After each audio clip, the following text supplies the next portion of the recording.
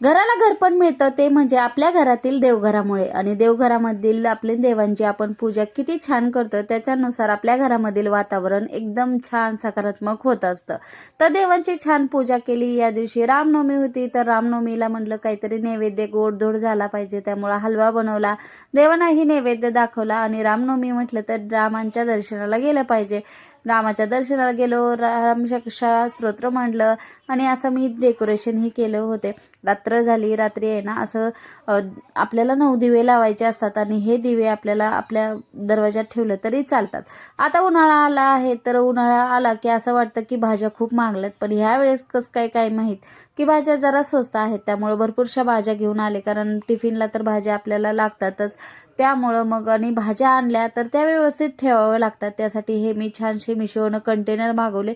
भाज्याही छान राहतात आणि आम्हा सगळ्यांनाच आवडतो हा ढोकळा, त्यामुळे ढोकळाही संध्याकाळच्या बनवला होता.